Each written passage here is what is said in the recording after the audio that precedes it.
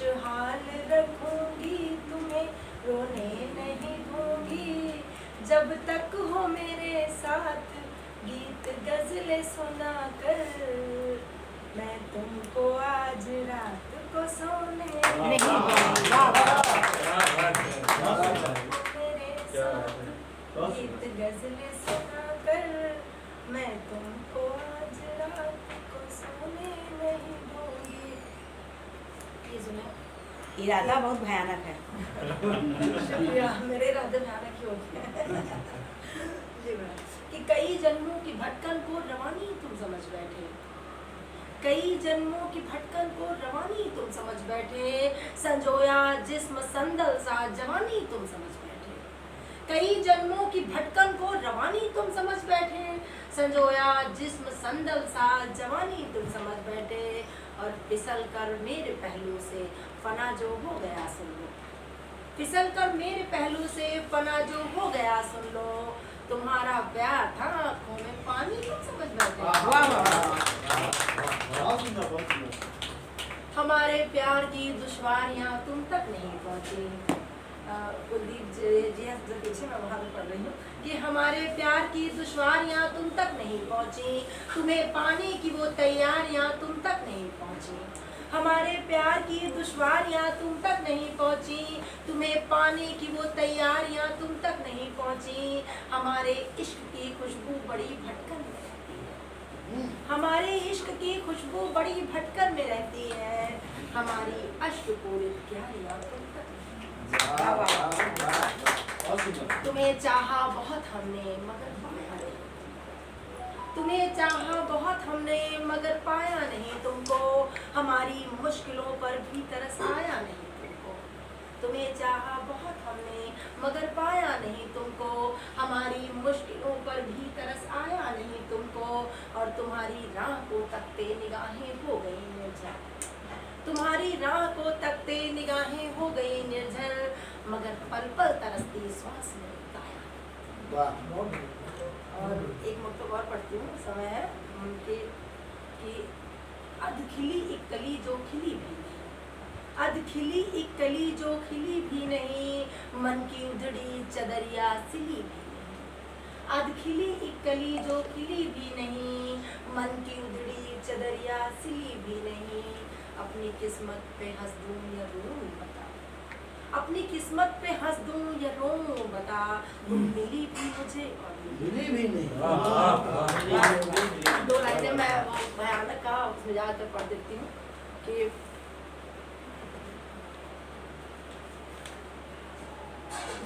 भले लाख पत्थर होना हो में मेरी, गिरूंगी मगर फिर संभलती। क्या बात। भले लाख पत्थर हो राहों में मेरी, गिरूंगी मगर फिर संभलती रहूंगी। नहीं गम जो पाँव में कांटे चुभे हैं, नहीं गम जो पाँव में कांटे चुभे हैं, ये वादा है खुद से मैं चलती रहूंगी। नहीं गम जो पाँव में कांटे चुभे हैं, ये वादा है खुद से मैं चलती रहूंगी। भले मेरे दामन में आंसू, भले मेरे दामन में आंसू भरे हो, जमाने को खुशियाँ हिमलती रहूंगी। और ये सभी आप सभी मेरे चित्र शक्ति के नाम कि है तेरी रगों में मेरे जिस्म का, है तेरी रगों में मेरे जिस्म का हो, पुरुष मैं तुझी में टहलती रहूंगी। है तेरी रगों में, कभी माँ जो है जर्नी होती है कि है तेरी रगों में मेरे जिस्म का हो, स्त्री का हो होता है तेरी रगों में मेरे जिस्म का हो, पुरुष मैं तुझी में टहलती रहूंगी।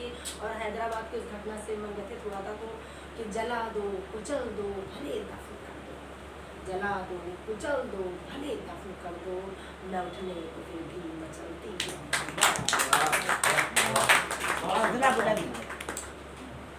गोबर गणेश जी को जी जी गोबर गणेश जी, मैं अपने काल पाठ के बाद मैं चाहूँगी इस श्रृंखला को आगे बढ़ाऊँ और मैं कहना चाहूँगी अगर मैं डेलिकेट हूँ तो तू हैवी वेट सही, अगर मैं डेलिकेट हूँ तो तू हैवी वेट सही, और मिलने की कोई जगह नहीं तो इंडिया गेट सही।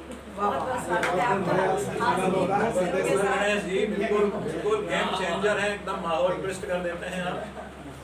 देखिए आजकल मोबाइल से और शुक्ला जी, फेसबुक जब से चला पीछे है हो जाए। कि किस तरह लोग बेवकूफ़ बनाते हैं, आप अपने बना लीजिएगा जी जी कि जब से उसकी तस्वीर देखी वो मुझे भा गई, जब से उसकी तस्वीर देखी वो मुझे भा गई, अरे जब से उससे हुई है चैटिंग मेरे दिल में प्यार का बल्ब जला गई, जब से उससे हुई है चैटिंग मेरे दिल में प्यार का बल्ब जला गई, अरे डेटिंग पे चलने की क्या उससे बात हुई, उसकी जगह उसकी नानी से मुलाकात। वाह वाह वाह। और एक देखिए मेरा जब छोटे बच्चे की बात कर रहे हैं, वो ड्रीम गर्ल से मिलने गया था, वो ड्रम गर्ल मिल गई। मेरा छोटा बच्चा, सुनिएगा, मेरा छोटा बच्चा जब खिलौने की जिद करने लगा, मेरा छोटा बच्चा जब खिलौने की जिद करने लगा, मैं खिलौने की दुकान पे पहुंचा, छोटे बच्चे ने चाबी से चलता हुआ सिपाही पसंद किया। मुकेश जी आपको नहीं कह रहे, चाबी से चलता हुआ सिपाही पसंद किया, दुकानदार ने उसका दाम 500 रुपए बताया, मैंने कहा भैया क्यों ठगते हो, 100 रुपए में तो असली सिपाही मिल जाता है। और देखिए अनुशासन और शासन की बातें हो रही थी, आप जहाँ लिखा होगा थूकना मना है वहाँ जरूर थूकेगा। देखिए चाहे रेल से सफर कीजिए चाहे बस से सफर कीजिए, चाहे रेल से सफर कीजिए चाहे बस से सफर कीजिए, अंदर और बाहर मनोरम दृश्य देखिए, मनोरम दृश्य देखते देखते जब आपका मन उबने लगे, सीट के आगे, सीट के पीछे, सीट के नीचे, जहां चाहे वहां थूक दीजिए। आदरणीय सुन लीजिए, इससे भी आपका मन न भरे, खिड़की के नीचे थूकिए, किसी पर पड़ जाए वो आपका क्या कर लेगा, क्योंकि थूकना अब हमारी संस्कृति है।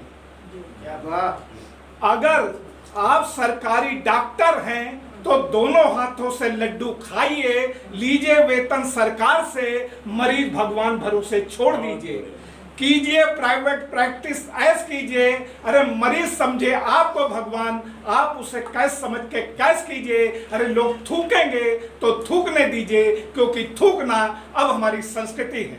वाह, देखिए भ्रूण हत्या की बात साली जी कैसे कही, सुनेगा। उन बेटों को हमेशा पूजिए, उन बेटों को हमेशा पूजिए जो अपने माँ बाप को वृद्धा आश्रम पहुंचाएं, उन बेटों को हमेशा पूजिए जो अपने माँ बाप को वृद्धा आश्रम पहुंचाएं, बेटियों को संसार में मत आने दीजिए, अरे लोग थूकेंगे तो थूकने दीजिए, क्योंकि थूकना अब हमारी संस्कृति है। पांडे जी सुनिएगा, दहेज लेना अपराध है ये सबको बताइए, दहेज लेना अपराध है ये सबको बताइए, लेकिन दहेज लेने में खुद मत हिचकिचाइए, अरे लोग थूकेंगे तो थूकने दीजिए, क्योंकि थूकना अब हमारी संस्कृति है। आतंकवादियों का आप सब सम्मान कीजिए, दबाव पड़े आप उन्हें छोड़ दीजिए, अरे शहादत दी है जिन शहीदों ने, उन परिवार वालों का चंद टुकड़ों से मुंह बंद कीजिए, अरे लोग थूकेंगे तो थूकने दीजिए, क्योंकि थूकना अब हमारी संस्कृति है, कोई जुर्म नहीं, कोई जुर्म नहीं।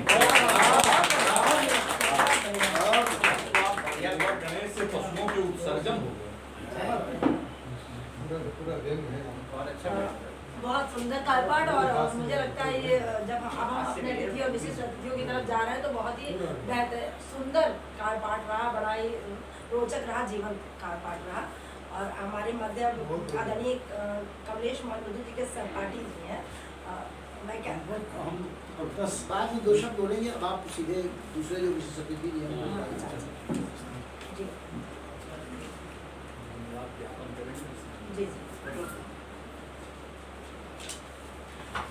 तो हमारे बीच बहुत ही मैं क्या कहूँ, सूर्य को दीपक दिखाने के समान होगा। दोहे मैंने आदरणीय के पढ़े, इतने मतलब कम शब्दों में ज़्यादा में सागर पढ़ने में माहिर हैं आप। मैं आपको मनीष शुक्ला जी की पंक्तियाँ देती हूँ, लखनऊ की ही, कि बड़ी मुश्किल थी दुनिया से हमें 2 4 होना था, बड़ी मुश्किल थी दुनिया से हमें 2 4 होना था, और उस पे ये मुसीबत साहिब किरदार होना था, और हमारे टूटने को रास्ता समझा गया लेकिन, हमारे टूटने को रास्ता समझा गया, लेकिन हमारे टूटने से रास्ता तैयार होना था। बहुत बहुत स्वागत है आदरणीय अवस्थी जी। यही सब है। यहाँ थोड़ा अच्छा, हाँ कैमरा घूम जाएगा, कोई दिक्कत नहीं। जी, अतिथियों के लिए सब छोड़। हाँ, आदरणीय अध्यक्ष जी, सब मुख्यमंत्री जी। पीछे हाँ, पीछे पड़ना है, कुर्सी वहाँ रखी। कुर्सी बाहर हाँ, अच्छा अच्छा कुर्सी छोड़ रख दीजिए जरा। चलो ठीक है।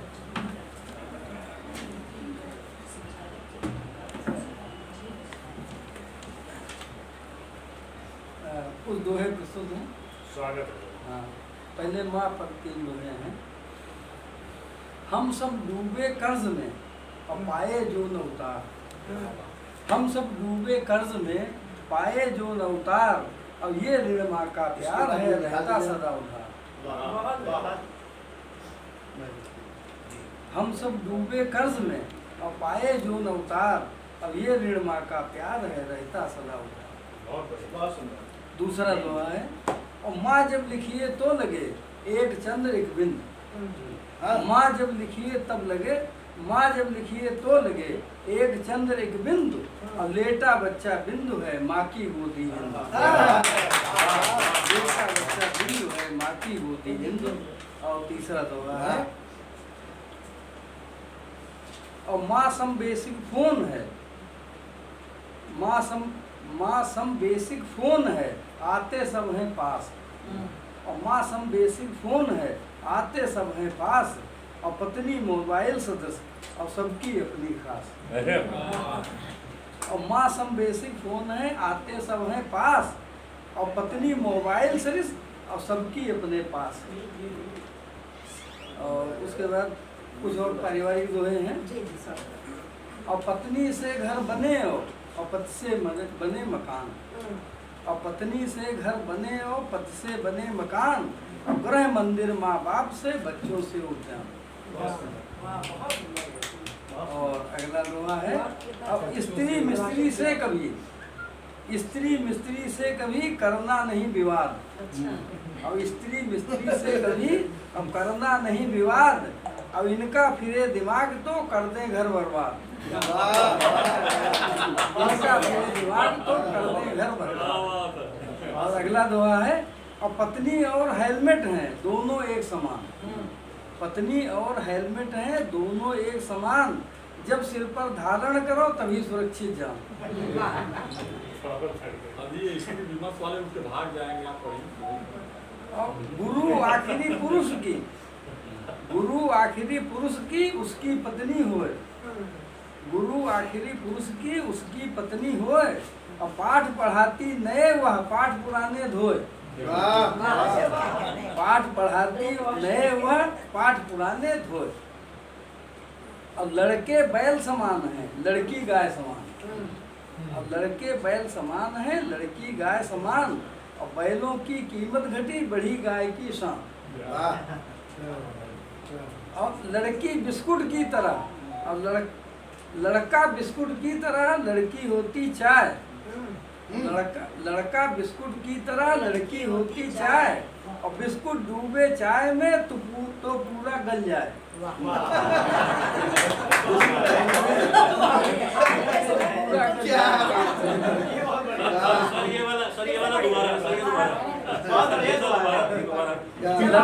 लड़का बिस्कुट की तरह और लड़की होती चाय, और बिस्कुट डूबे चाय में तो पूरा गल जाए। एक जो है जैसे अपने घर के बारे में, ये अपने घर के बारे में है, गिन गिन कर रोटी सिकें पाए स्वान न गाय। हमारे घरों की बात है, गिन गिन कर रोटी सिकें और पाए स्वान न गाय, और मुझको हरदम डर लगे अतिथि न घर आ जाए। मुझको हरदम डर लगे अतिथि न घर आ जाए। और अपने जैसे लोगों पर 2-3 हैं, और जिसके आए काम जो उससे ही हो प्यार। सारंग जी, और जिसके आए काम जो उससे ही हो प्यार, और बूढ़े की बुढ़िया भली छोरी है बेकार। और जिसके आए काम जो उससे ही हो प्यार, और बूढ़े की बुढ़िया बनी छोरी है बेकार। क्या बात, वाह वाह वाह। अब बूढ़े और बदमाश हैं बिल्कुल एक समान। अच्छा बूढ़े और बदमाश हैं बिल्कुल एक समान, और खा खा करके गोलियां निकले इनकी जान। वाह। खा खा करके गोलियां निकले इनकी जान।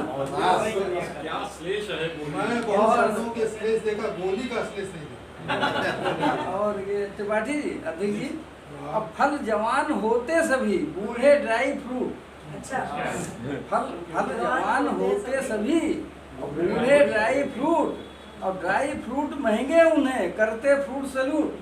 वाह।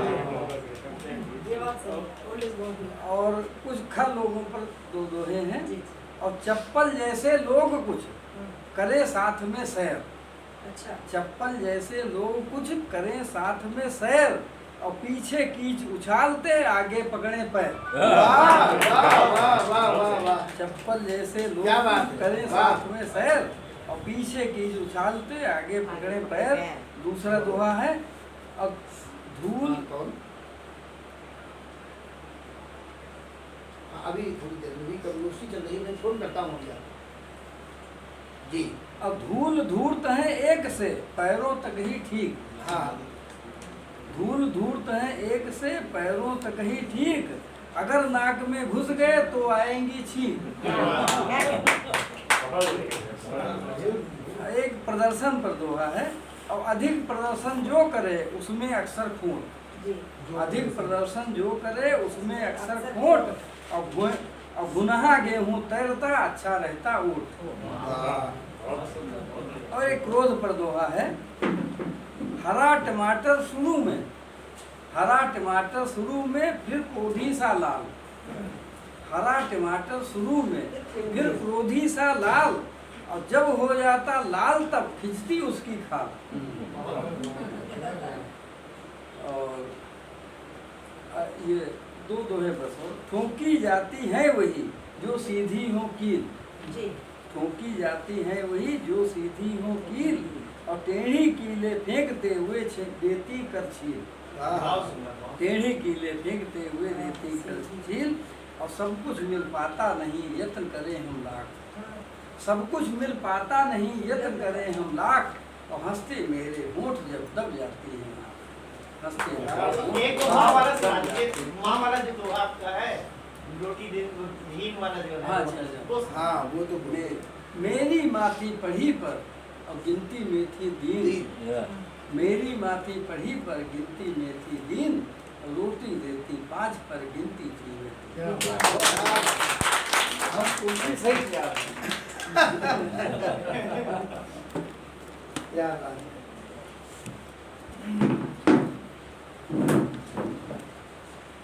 आदरणीय दिनेश चंद्र अवस्थी जी की इतने सुंदर दोहे मैं आशा करता हूँ सभी को बहुत अच्छे लगे होंगे।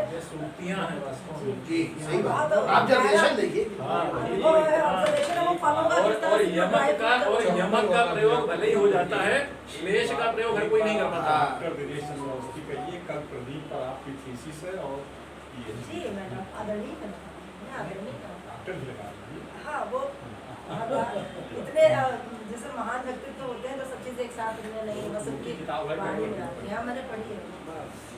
तो आगे बढ़िए। आगे बढ़ते हैं। हमारे बीच एक और विशिष्ट अतिथि महोदय उपस्थित है, आदरणीय नरेश अग्रवाल जी। नहीं वो मैं कहते हैं अंत में आशीर्वचन देंगे बस। अच्छा तो कोई नहीं बस केवल मैं बच्चा अच्छा आप और अध्यक्ष बच्चा। अच्छा और तो कोई अब आप शेष- पढ़ेंगे है ना? हाँ जी आपका आदेश होगा ना। जी जी बिल्कुल आप हमारे नहीं, साथ में- आज तो आदेश होगा मेरा। बहुत बहुत शुक्रिया मुझे दिशा निर्देश देने के लिए मेरा।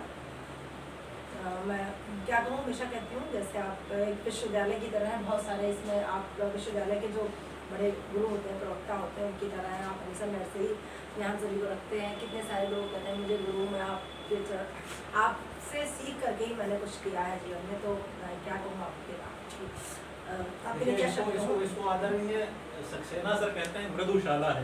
मृदुशाला है, एक नर्सरी आपने कवियों के स्थापित कर रखी है। एक विश्वविद्यालय की तरह है आप, तो आपकी छत्र छाया हम सभी को मिलती रहे। और मैं आपको आदरणीय दादा को बेचारे की वो पढ़ते रहती हूँ कि ये मत पूछो ये दुनिया को क्या सरमाया देते हैं, बच्चों को मुस्कान बांटते ममता माया देते हैं, और तेज धूप में इनसे मिलना तन को शीतल कर देंगे। ये तो ऐसे बर्गर हैं जो सबको छाया देते हैं। तो ये जो बर्गर है हमेशा बना रहा है बर्गर का आप मंच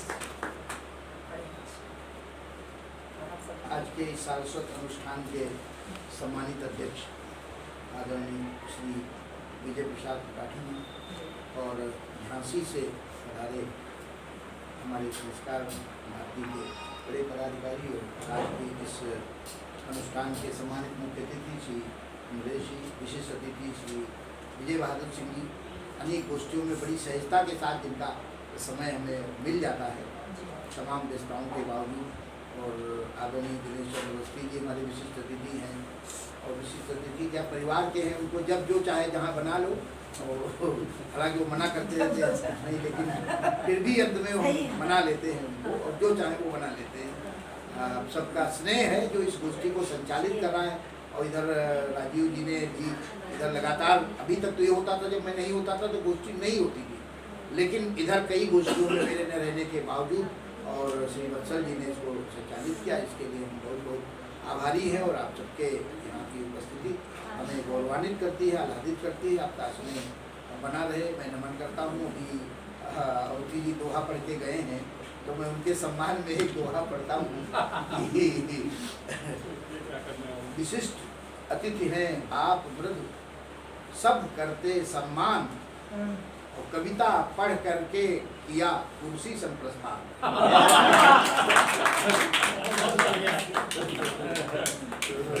ये है तो ये अध्यक्ष विजय प्रसाद जी, मुख्य अतिथि हैं नरेश, आप सभी को नमन मृदु करते हैं कमलेश। संचालक हैं शालिनी, संयोजक राजीव, संचालक हैं शालिनी, संयोजक राजीव, ये दोनों परिपक्व हैं, हम सब हैं राजीव, जैसे रामाचार्य होता है। बहुत बढ़िया, शुक्रिया कहने के लिए। अभी एक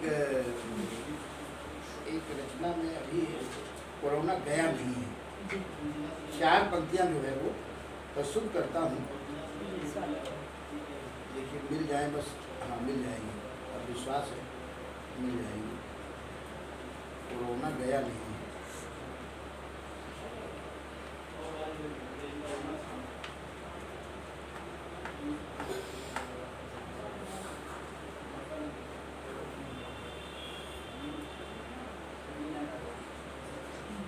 सामने वाले कोरोना तो नहीं है? नहीं वो नहीं है, वो नहीं है। हाँ, कोरोना आ रहा है, कोरोना आ रहा है, नहीं पता आजकल आ रहा है कोरोना। कोरोना आ रहा है फिर ये कहकर सब डरा देते, कोरोना आ रहा है कहकर कोरोना आ रहा है फिर से ये कहकर, कोरोना आ रहा है फिर ये कहकर सब डरा देते, कोरोना पोंकता पिल्ली मजा ऐसा चखा देते। लेकिन समस्या कहाँ है? कोरोना पोंकता पिल्ली मजा ऐसा चखा देते, अगर तू दिख जाता आँख से तो बच नहीं पाता, अगर तू दिख जाता आँख से तो बच नहीं पाता, ये निश्चित है कि बाबा तुझ पे बुलडोजर चढ़ा दे, निश्चित है कि तुझ पे बाबा बुलडोजर चढ़ा दे। और एक मैं आपको विलक्षण वो रचना आपके सामने पढ़ना चाहता हूँ। आपने राम भरत का प्रेम पढ़ा है, लेकिन राम भरत का युद्ध जो है वो किसी ने सुना नहीं हुआ। राम भरत का युद्ध तब हुआ था जब भरत मनाने के लिए गए थे राम को, और उस समय ये युद्ध हुआ था दोनों में। तो मैं राम भरत का युद्ध आपके समक्ष प्रस्तुत कर रहा हूँ कि राम हाथ में उठाए तलवार त्याग की भरत जी की ओर बार बार चमकाते थे। राम हाथ में उठाए तलवार त्याग की भरत जी की ओर बार बार चमकाते थे और भक्त रूपी ढाल हाथ में लिए भरत लाल राम जी का वार बार बार क्या बात है। भक्ति रूपी ढाल हाथ में लिए भरत लाल राम जी का वार बार बार वो बचाते थे। और प्रेम का जो अग्निबाण भरत थे छोड़ देते, प्रेम का जो अग्निबाण भरत थे छोड़ देते। राम जी बेचारे सब कुचाते घबराते थे, राम जी बेचारे घबराते सब कुचाते थे। और धैर्य का वरुण अस्त्र छोड़कर तब राम जल वृष्टि कर अग्निबाण को बुझाते थे, जल वृष्टि कर अग्निबाण को बुझाते थे, जल वृष्टि कर अग्निबाण को बुझाते थे। राज्य नहीं ग्रहण करूंगा किसी कीमत पे, राज्य नहीं ग्रहण करूंगा किसी कीमत पे, भिड़ो चाहे जितना भरत को बताते थे। राज्य नहीं ग्रहण करूंगा किसी कीमत पे, और भिड़ो चाहे जितना भरत को बताते थे। और किंतु राज्य देने का भरत हट ठान कर बार बार ललकार राम को डराते थे, बार बार ललकार राम को डराते थे। और तुमसे ही राज्य करवाऊंगा भरत लाल, तुमसे ही राज्य करवाऊंगा भरत लाल, कहकर राम ताल ठोक भिड़ जाते थे। तुमसे ही राज्य करवाऊंगा भरत लाल, कहकर राम ताल ठोक भिड़ जाते थे। और राम तुम्हें वन से मैं वापस ले जाके रहूंगा, ये कहे भरत प्रेम बाण को चलाते थे, ये कहे भरत प्रेम बाण। अंतिम चल है कि भरत की भक्ति राज्य देने पे तुली हुई, युद्ध देखिए, भरत की भक्ति राज्य देने पे तुली हुई थी, राम जी का त्याग खड़ा भक्ति के विरुद्ध था। भरत की भक्ति राज्य देने पे तुली हुई थी, राम जी का त्याग खड़ा भक्ति के विरुद्ध था। और वार पर वार तर्क के भीतर तर्क यो वितर्क के चले थे। और प्रेम का समुद्र उमड़ा न कोई क्रुद्ध, ऐसा ही तो देखा किसी ने, प्रेम का समुद्र उमड़ा न कोई क्रुद्ध था। और जीत कर हारे और हार कर जीते दोनों, जीत कर हारे और हार कर जीते दोनों। और दोनों पक्षों का हृदय कितना विशुद्ध था।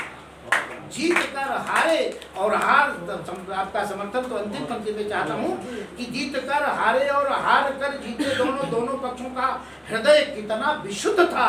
और राज्य लेने के लिए तो युद्ध हुए हैं हजारों, राज्य देने के लिए राज्य देने के लिए तो युद्ध हुए हैं हजारों, राज्य देने के लिए अद्भुत सर्जना है, अद्भुत है सर्जना, अद्भुत है वास्तव में। अंत में दो छंद और, जैसे प्राय हम सुनते हैं हम राम को मानते हैं, राम की नहीं मानते।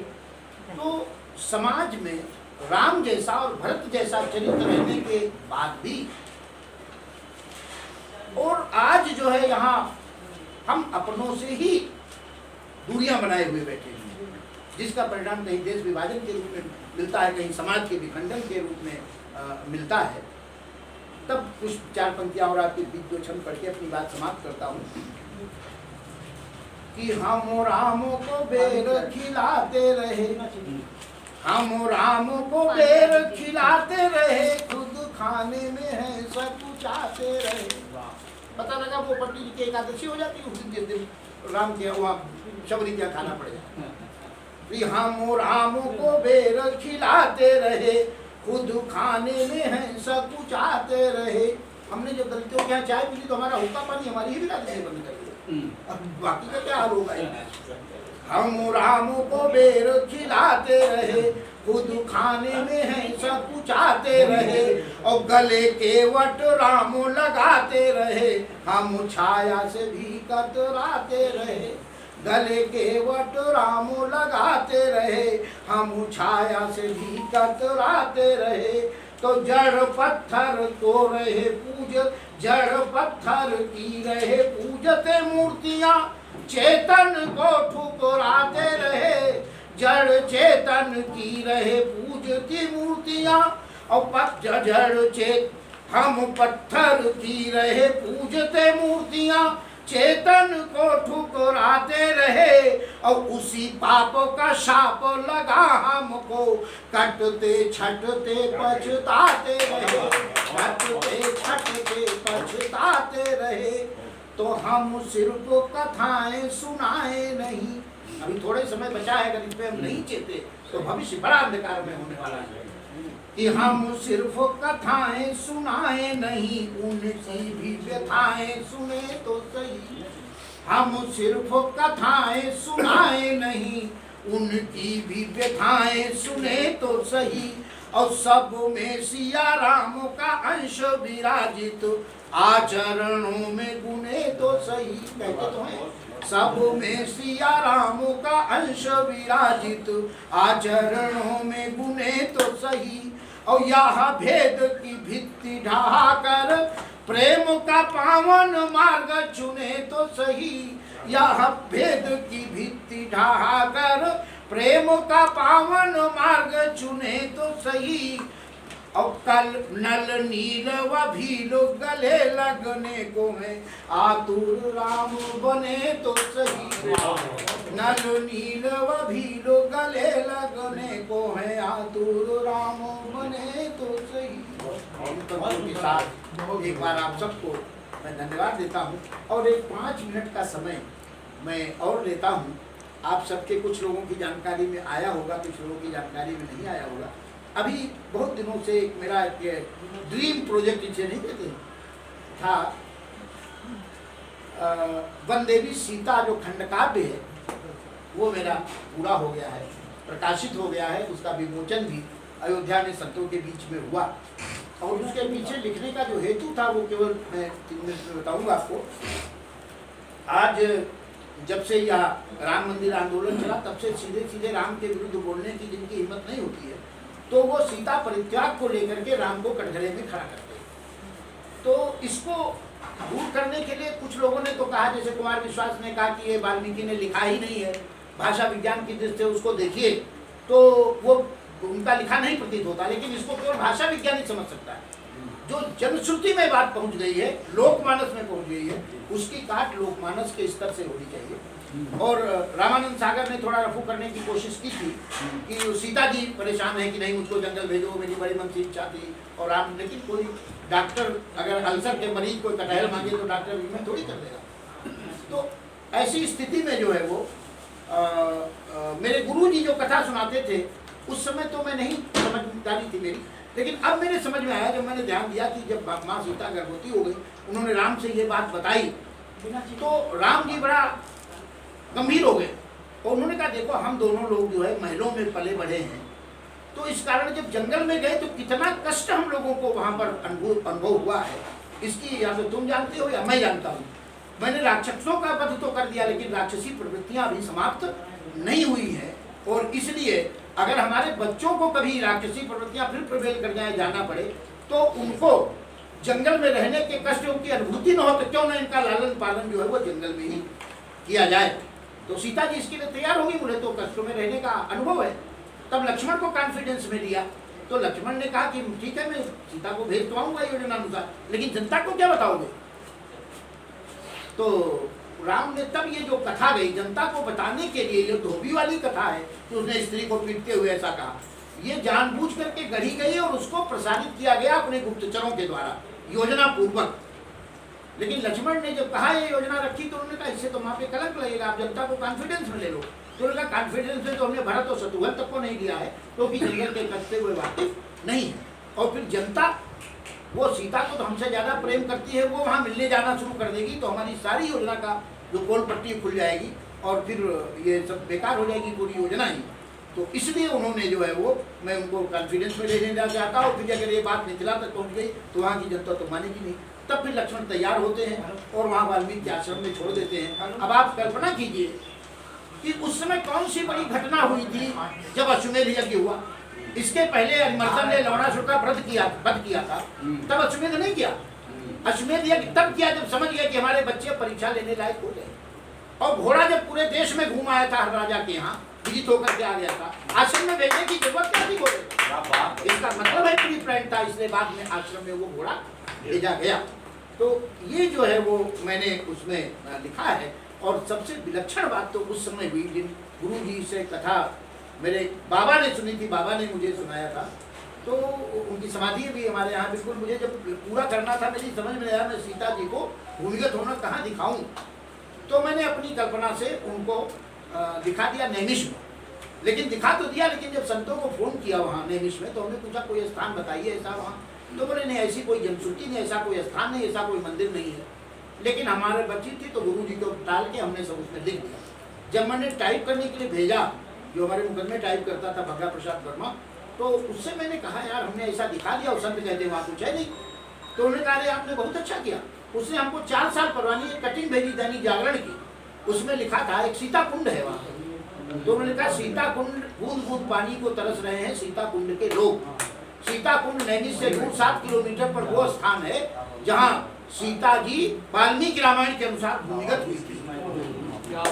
तब मैंने वाल्मीकि रामायण मंगाई और देखा तो उसमें स्पष्ट उल्लेख है कि सीता जी वहीं पर भूमिगत हुई थी, वहीं अश्वमेध यज्ञ भी हुआ था। तो ऐसा जो है वो उसमें उल्लेख पाकर मैं तो बड़ा धन्य होगा। तो वो गुरु जी भी कितने विलक्षण थे, उसको मैंने अपनी बात में लिखा है। तो मैं एक एक प्रति आप सबको यहाँ सादर भेंट करूँगा, और आप इसको पहले अपनी बात पढ़िएगा, फिर उसको सुन पढ़ करके, और फिर अपना आशीर्वाद और अपना फोन के जरिए भी और जिस भी व्हाट्सएप में भी आप हमें भेज सकते हैं, तो मुझे प्रसन्नता होगी। और इसको जितना ज़्यादा इसको हम प्रचारित प्रसारित करेंगे, उतना ही हमें हमारे जो भक्त हैं उनको बल मिलेगा, राम भक्तों को, कि हाँ कम से कम राम पर लगने वाला जो ये आक्षेप है, ये इससे जो है एक साफ कारण मिलता है इससे। आप सबको बहुत बहुत धन्यवाद, पधारने के लिए आभार। मुझे लगता है चाय के बाद ही एक आपसे गुजारिश है मेरी कि जैसे आपने ये बताया, इसको भी आप खुलासा कर दीजिए कि जो कैकेयी को लोग बुरी गाली देते हैं, वो तो बहुत लोगों ने किया, कैकेयी पर तो बहुत लोगों ने कैकेयी को पर मंथरा पर, यहाँ तक को शूर्पणखा को लोगों ने महीना मंडित कर दिया। पात्रों को ये पूर्व नियोजित है, महिमा मंडित कीजिए, लेकिन उनको पोलिटिक जस्टिस नहीं, समाज नहीं मांगता। नहीं, राम जी ने इसका पूर्व नियोजित किया था, इनकी कोई रावण भी था, नहीं सही तभी कहा है। खलनायक को नियोजित होता है, खलनायक रहता है। पूरी महाभारत में जो है रावण का तो कोई दोषी नहीं था, रावण का तो कोई दोषी नहीं था। नहीं दिया सबको, नहीं वो किसी का नहीं था, राम का भी ये तो कथाएं हैं, कथाएं तो वैसे ही चलेगी जैसा हुआ था। हर चीज पूर्व नियोजित होती है, इसको द्वारा पूर्व नियोजित सारे युद्ध होते हैं। पूर्व नियोजित हम लोग को किसी ये माना है, हम लोग के भी सारे टंकी तो हो रही है समय बराबर, मालूम में नहीं पड़ा कहीं खलनायक है,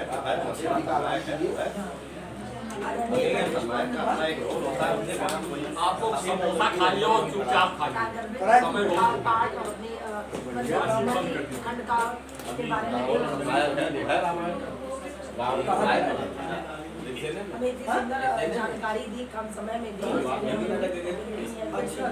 और अब हम चलते हैं अपने इस गोष्ठी के अध्यक्ष महोदय की ओर, और उनको मैं ये पंक्तियाँ देना चाहूँगी कि जाओ इन कमरों के आईने उठा कर, जाओ इन कमरों के आईने उठा कर फेंक दो, बेअदब ये कह रहे हैं हम पुराने हो गए। जाओ इन कमरों के आईने उठा कर फेंक दो, बेअदब ये कह रहे हैं हम पुराने हो गए। और मेरी आंखों में आंसू इश्क की तौहीन थे, उसकी आंखों से गिरे मोती के दाने हो गए। बहुत बहुत स्वागत है आदरणीय अध्यक्ष महोदय श्री प्रिय त्रिपाठी जी।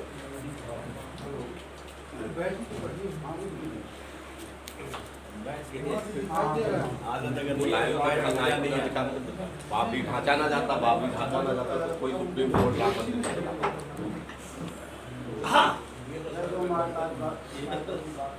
एक कार्यक्रम सत्य जी ने आयोजित किया था, मैं उसमें था, वो उसमें बहुत पहले की बात, वो वहाँ वही हिंदी या गांधी भवन में करते थे। तो एक कवि महोदय ने शूर्पणखा पर इस लखनऊ में एक किताब लिखी, और उनको दर्द ये था कि मेरी किताब को लोग जिनको दिया पढ़े नहीं और कुछ हमको बताए नहीं, कोई मान्यता नहीं। मैंने महाकाव्य लिखा है शूर्पणखा पर, और उनके बाद मुझे बोलना था। मैंने कहा कि एक कवि महोदय ने गांधारी पर भी लिखा, उनको मान्यता नहीं मिली। एक ने कैकेयी पर लिखा है। हमारे साथ वो सचिवालय में राज्य कर्मचारी साहित्य संस्थान में उस समय मेंबर थे। उन्होंने कैकेयी पर लिख करके और कहा कि एकदम एक थी रानी, महारानी, पटरानी, क्या क्या लिखे थे, और उस पर वो पुरस्कार भी चाहते थे, लेकिन हमारी जूरी ने कहा कि इस पर पुरस्कार नहीं मिला। हिंदी संस्थान से मिल गया। तो हमने कहा कि अगर आप रामायण के किसी सकारात्मक पात्र को लेते, अगर आप आस्तिक हैं, कम्युनिस्ट नहीं हैं, तो सीधी बात, तो शायद इससे कम मेहनत में आपको ज्यादा प्रसिद्धि मिल जाती, लोग ज्यादा पढ़ते। तो ऐसे पात्रों पर हमें लगता है कि हमको कोई सहानुभूति नहीं रखती। विभीषण को वो उंगली जो लगी, वह आज तक सामाजिक दृष्टि से उनको स्वीकार नहीं किया गया। भले वो भक्त हो, तुलसीदास जी ने तो कलम तोड़ दिया उनको पोएटिक जस्टिस देने में, लेकिन समाज ने नहीं स्वीकार किया, तो घर का भाई विभीषण रह गया। इसलिए रावण को तो कम से कम सौंप दीजिए। आपको ये जिस लायक है उसी लायक इनको रहने दीजिए। हर साल हम लोग जलाते हैं, जलाते रहिए बस, इसी बाल बच्चों के नाम रखो। खैर, मैं आज इस गोष्ठी को प्रारंभ करने वाले संस्कार भारती के इस कार्यालय में आदरणीय स्वर्गीय राम नारायण त्रिपाठी को सबसे पहले श्रद्धांजलि देता हूँ। और उसके बाद जब वो नहीं रहे तो हमारे मृदु जी यहाँ आके किसी कारण से रहने लगे थे। आप सब परिचित हैं किस कारण से यहाँ रह रहे थे, और उनके साथ मिलकर हम लोगों ने इसको शुरू किया, और उनका बहुत उसके बाद शुरू करने में उन्हीं का योगदान रहा। फिर जब हम दारुल सफा में पहुँच गए प्रगति करते करते, तो दारुल सफा से हटना भी पड़ा हमको। तो हमारे त्र्यंबकेश्वर जी का भी बहुत योगदान रहा इसको फिर से प्रोत्साहित करके आगे चलाने में। मैं आप सबको साधुवाद देता हूँ, और इस गोष्ठी को अनवरत चलाते रहने की कामना कल्पना सब हम लोगों की है, चलती रहे। और एक निवेदन हम कर गए थे, क्षमा चाहेंगे कि वो वहाँ विद्यालय में हो सकता है वो परमानेंट जगह है, और संस्कार भारती की है, दादा ही का जो स्कूल था वो एक बार विजिट कर लेते हैं, फिर चलिए हम लोग बात कर लेंगे। तो बढ़िया प्रस्ताव है, देख लेते हैं। बहुत बढ़िया जगह है। और आज ये गोष्ठी का सौभाग्य है कि यहाँ बहुत अच्छा रहेगा, कोई बड़ी जगह है। लोग भारती के राष्ट्रीय अध्यक्ष हमारे बहुत बड़ी संस्था, अन्य संस्थाओं की तरह संगठित, और हमारे प्रदेश के प्रतिनिधि के रूप में हमारे उत्तर प्रदेश के महामंत्री झांसी से पधारे हुए राष्ट्रीय पदाधिकारी संस्कार भारती के मृदु जी, महानगर का प्रतिनिधित्व कर रहे हैं हमारे वत्सल जी, और प्रांत का प्रतिनिधित्व मैं कर रहा हूँ। और हिंदी गद्य के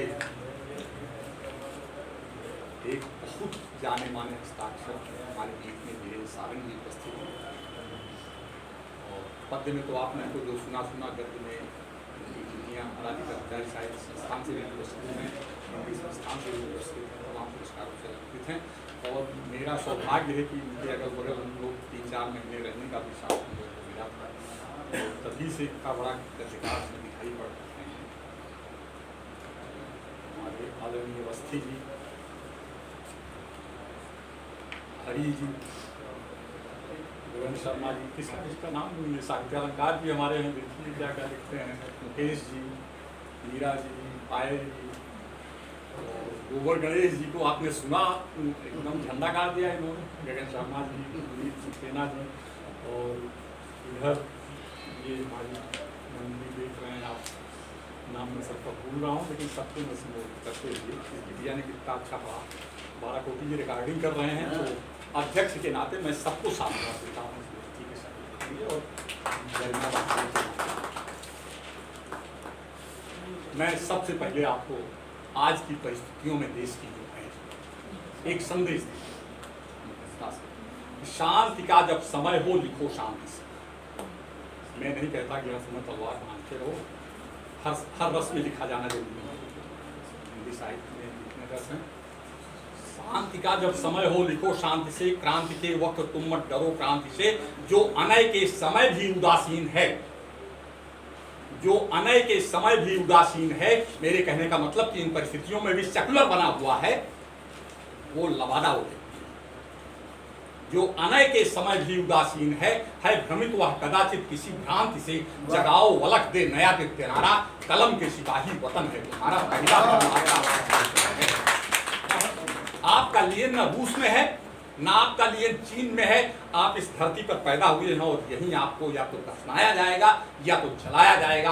आपको रूस से एक मुट्ठी अनाज नहीं मिलेगा, एक मुट्ठी मिट्टी भी नहीं मिलेगी, न चीन से मिलेगी।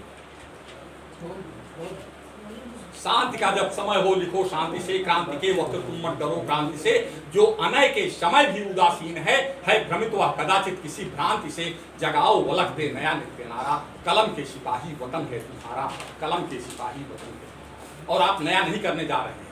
कवि ने लिखी क्रांति की हर कहानी, कवि ने लिखी क्रांति की हर कहानी, दहकती जवानी में भर दी रवानी, पढ़ो तो जरा जब्त गीतों की भाषा। माखनलाल चतुर्वेदी जी शाम को छूट के आते थे, सवेरे तक में फिर कोई कविता लिख देते थे और सवेरे फिर अरेस्ट हो जाते थे। सबसे अधिक जेल जाने वाले कवियों में।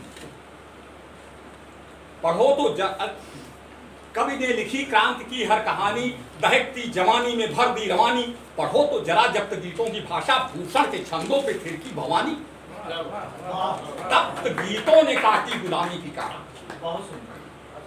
मैं नहीं मानता कोई बहुत स्वतंत्रता संग्राम में हमसे बड़ा कवियों से ज्यादा योगदान रहा हो किसी का। तप्त गीतों ने काटी गुलामी की कारा, कलम के सिपाही वतन। शब्द को शक्ति दो, शब्द को शक्ति दो, राष्ट्र जीवित रहे। शब्द को शक्ति दो, राष्ट्र जीवित रहे। राष्ट्र के द्रोह का दुर्ग सत्वर ढहे, राष्ट्र सेवा सभी का परम लक्ष्य हो, राष्ट्र के हित समर्पित सभी कुछ रहे। विश्व गुरु फिर बने, शिष्य हो जग हमारा, कलम के सिपाही वतन है तुम्हारा, कलम के सिपाही। क्या बात है, वाह। और एक कविता बड़ी निर्भीकता से सुनाता हूं आपको। कुछ लोग डरते बहुत हैं। लक्ष्मीकांत शुक्ला जी पीसीएस के अधिकारी थे सचिवालय में, जाति राज लिखने पर उनको टर्मिनेट कर दिया हाथी वाली रानी ने। सतीश मिश्रा जैसा दिग्गज वकील हाई कोर्ट में गया, 43 पेज का जजमेंट है हाई कोर्ट का। हाई कोर्ट ने कहा कि जो वोट देता है, जो मत देता है, उसको मत व्यक्त करने का अधिकार है। ये अंग्रेजी में ऑब्जर्वेशन उसमें लिखा हुआ है और उनको बहाल कुछ गलत नहीं है। और वो सतीश मिश्रा भाजपा में आने की लाइन लगाए हुए सुप्रीम कोर्ट गया, उसमें समझे आप, इतना बड़ा वकील सुप्रीम कोर्ट में जाके खड़ा हुआ और पीसीएस का अधिकारी के पास कहां से पैसा आया होगा। उस आदमी ने अपनी वकालत खुद किया और सुप्रीम कोर्ट ने वीटो कर दिया। तो इतना डरने की जरूरत नहीं है, कोई कुछ नहीं करता। तप्त लेखनी भले बहाए तरल गरल की धारा, तप्त लेखनी भले बहाए तरल गरल की धारा, भले विषैला हो जाए खारा सागर जल सारा, भले दिशाएं प्रलय मचाएं रवि बरसे अंगारा, चले हवाएं हिम्मत शीतल जम जाए जग सारा। यक्ष प्रश्न संसद से मेरा, आपसे नहीं पूछा, भारत की संसद से पूछा।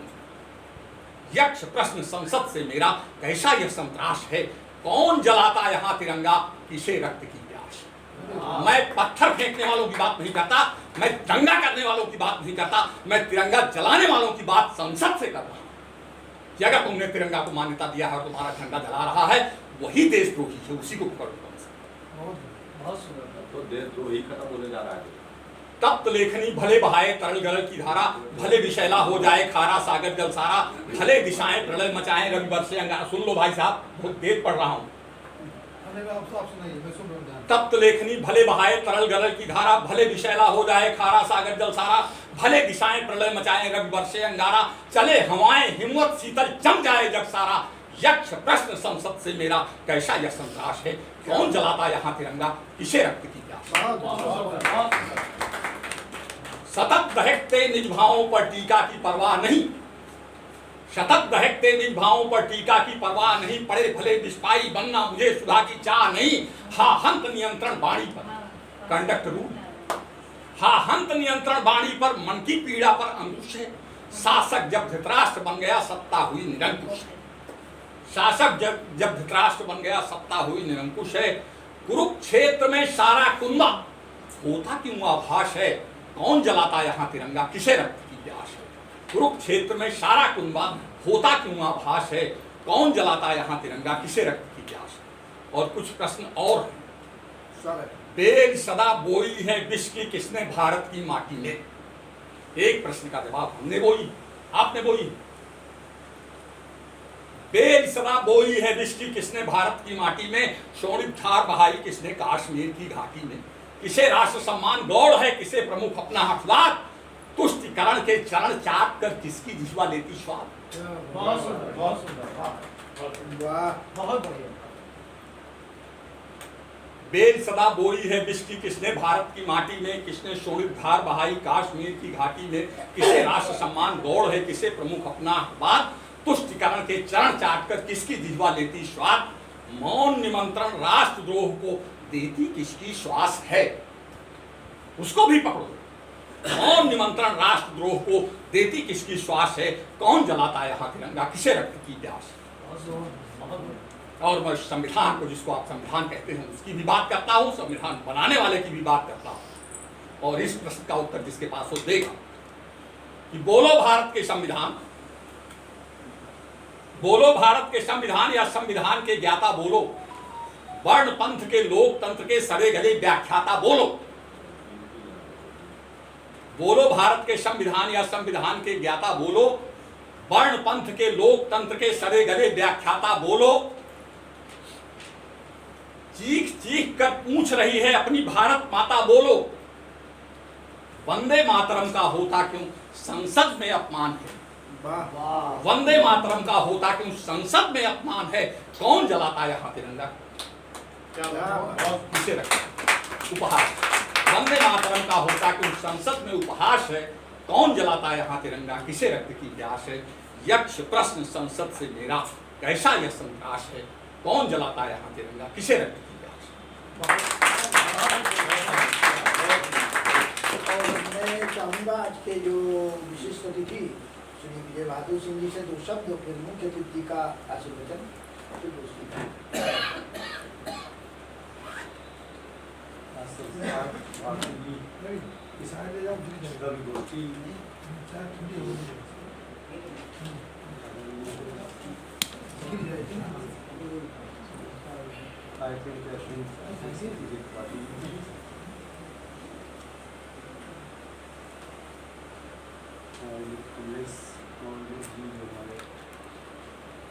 कविता लिखना संजय जी ने प्रारंभ किया था, उसमें एक ही कमरे में रहते थे, एक ही क्लास में पढ़ते थे हॉस्टल में। सन 1974 से शुरू किया था हम लोग। सर प्रारंभ था। एक मौर्या का बैचमेट क्लासमेट आप थे, आपको बहुत बहुत धन्यवाद। मौर्या हमारे एक ही कमरे में रहते थे, एक साइकिल में जाते थे, क्यों एक साइकिल जाते थे।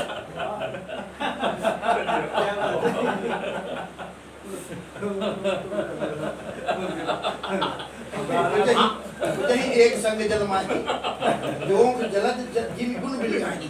धारा बदल गई। मतलब एक ही क्लास में पढ़ते, एक एक कमरे में रहते, एक साइकिल जाते थे दोनों। एक साथ वैन भी चलाए थे सर, एक ही गाँव में। इस कार्यक्रम का संचालन हो गया ना, सभी कवियों ने अपने अपने ढंग से कविताएं, बहुत सुंदर कविताएं आपके समक्ष प्रस्तुत किया।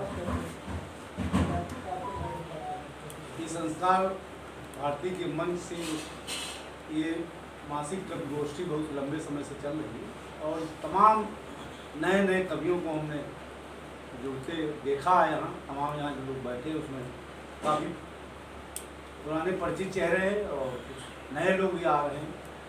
तो एक बड़ा अच्छा मंच है ये कमलेश जी और सब संस्कार भारती से के पदाधिकारी इसको संचालित करते हैं। कविता जो है ये मन की संवेदना भी है, शब्दों की युगलबंदी तो है ही जो है, क्योंकि जब तक शब्दों को आप छंद रस में आप ढालेंगे नहीं जो है, तब तक कविता बन नहीं सकती है।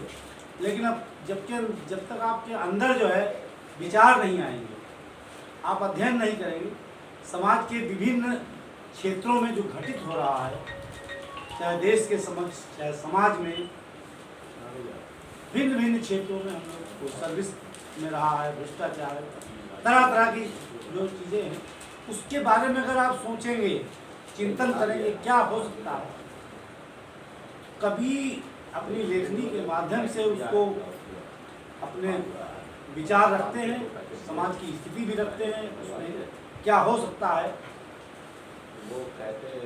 वो एक ऐसा एक कवियों का एक मंच, ऐसा माध्यम। अभी कमलेश जी ने राम भरत युद्ध के बारे में, भक्ति के भाव से राम को लोग रामचरितमानस पढ़ते हैं, लेकिन रामचरितमानस का जब बिल्कुल गहराई से अध्ययन करने का मतलब वास्तव में जब ये चिंतन करिए कि देखिए भक्ति में डूबकर जिसके प्रति निष्ठा होगी उसके प्रति भक्ति में तो आपको डूबना है ही जो, लेकिन क्या ऐसा चरित्र विश्व में कहीं देखा गया?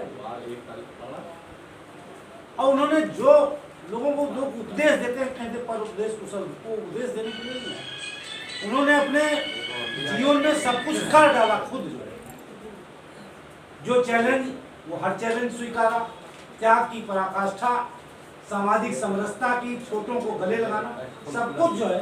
तो सवाल है कि हम जब चिंतन करेंगे, सोचेंगे, जिनको हम भगवान मानते हैं उनका जीवन कैसा है, तब जो है वो एक मन में एक भाव उत्पन्न होता है, समाज में एक अच्छी जो है उस तरफ हम कुछ चलने की कोशिश करते हैं, उसका 10 अंश 5 अंश 2% जो है।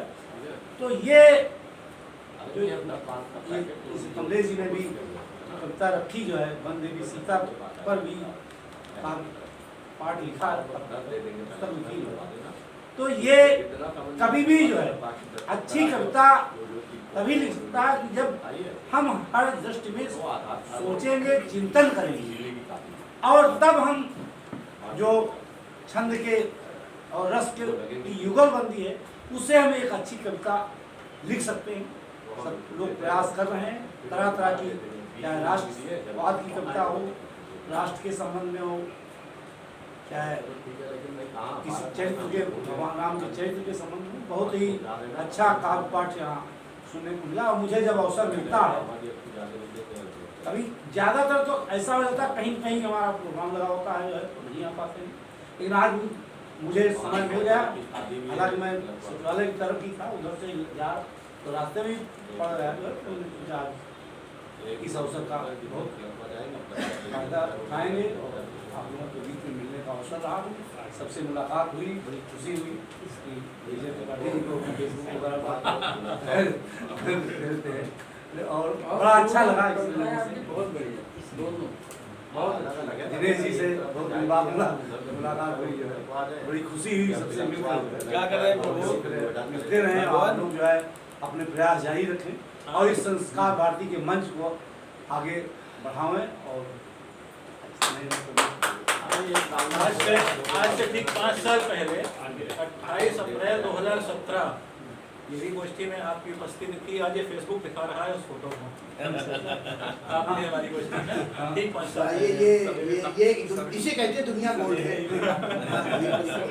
तो आइए हमारी गोष्ठी में जो पहली बार पधारे हैं, आज के मुख्य अतिथि श्री नरेश चंद्र अग्रवाल जी, बैंक से अवकाश प्राप्त एक सीनियर ऑफिसर रहे हैं और बहुत ही विद्वान व्यक्ति हैं। कविता करते भले नहीं हैं, लेकिन इनके मन में जो भी विचार उठते हैं वो हम सब कवियों को प्रेरणा देते हैं, हमारे लिए विषय देते हैं कविता लिखने के।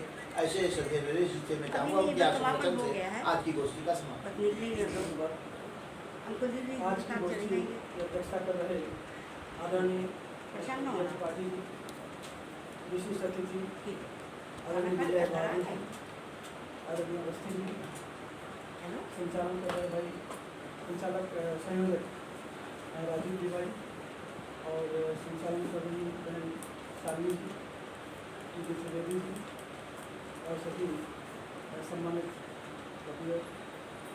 आज हम देख रहे हैं कि आज सभी कम्युनिटी और सभी रस से संबंधित कविताएँ पढ़ने वाले बड़ी सम्मानित कवियों में उपस्थित में बड़ी संख्या में उपस्थित हुए हैं। हम सबको साधुवाद देते हैं, सबको आभार प्रकट करते हैं। हमें आज कमलेश जी के बहुत हम आभारी हैं। आदरणीय कमलेश मौर्य जी ने आज हमें इस यूनिवर्सिटी में सम्मिलित होने के लिए भाषण दिया, हम उनको बहुत आभारी हैं। आज इस यूनिवर्सिटी में सभी तरह की योजनाएँ, चाहे वो हाथ की हो, चाहे दम की हो, चाहे भोज की हो, सभी हमको सुनने को मिली। हमें बहुत अच्छा लगा। हम पूरी प्रार्थना धन्यवाद सबको देते हैं, आभार करते हैं, क्योंकि काफ़ी विलम्ब हो गया और सबसे जल्दी भी है।